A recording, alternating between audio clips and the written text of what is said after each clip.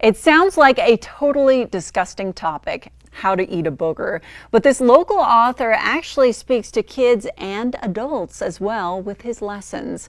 Take a look at what Tony Davis has written. My new book is called How to Eat a Booger.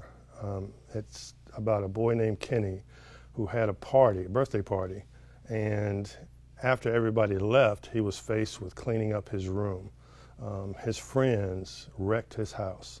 Not tore up anything, but left a mess. They enjoyed popcorn, peanuts, cake, sodas, juices, a little bit of everything. And so really, we're not talking about how to eat a booger, but how to achieve a goal, right? True.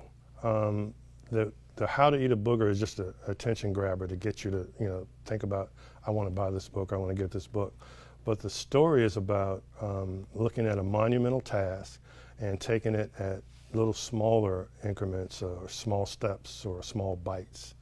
So Kenny had to take a breath, relax, and just start the task of cleaning up his room. And I love this as a lesson because it's so true to us adults as well, right? Yeah, sometimes we get overwhelmed, but this is for anybody, adults and children, especially children. I think it's, it goes beyond just an age group. Oftentimes we look at monumental tasks or huge tasks and think we can't achieve anything or we can't do anything because it's so huge. Mm-hmm. And let's talk about the art in this book because it's quite beautiful. Stan Webb is responsible for the illustration. I gave him my vision for the book. I told him what I kind of wanted, and he said, let's do this. And that was great.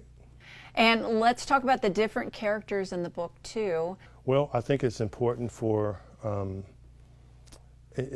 it's important to have African American characters in children's books so we can, African Americans can see themselves.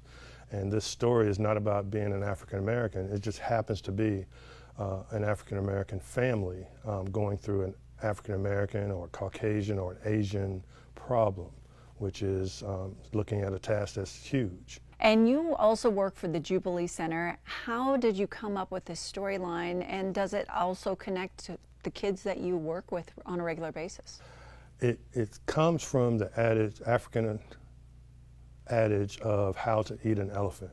I think Bishop Desmond Tutu had said, how do you eat an elephant? And it's a bite at a time. So you take things in small bites or small steps. And you might see some little shout outs to different people and characters or people in your own life in this book. Like the dog represents your previous dog, and there is an astronaut in there as well. Tell me about that. Yeah, it's a little astronaut. I went to school with Leland Melvin, the astronaut, and Stan Webb incorporated Leland in there, but not identifying his name or anything. Just it was important to have an astronaut in there as a toy. I like that idea. And this is literally hot off the press. Tell me more about that. It's available for pre-order Amazon and Barnes & Noble. I have about 80 copies at Jubilee if you want to come by Jubilee and get a copy. But Barnes & Noble locally in Lynchburg, they'll have them, I believe July the 3rd is the release date.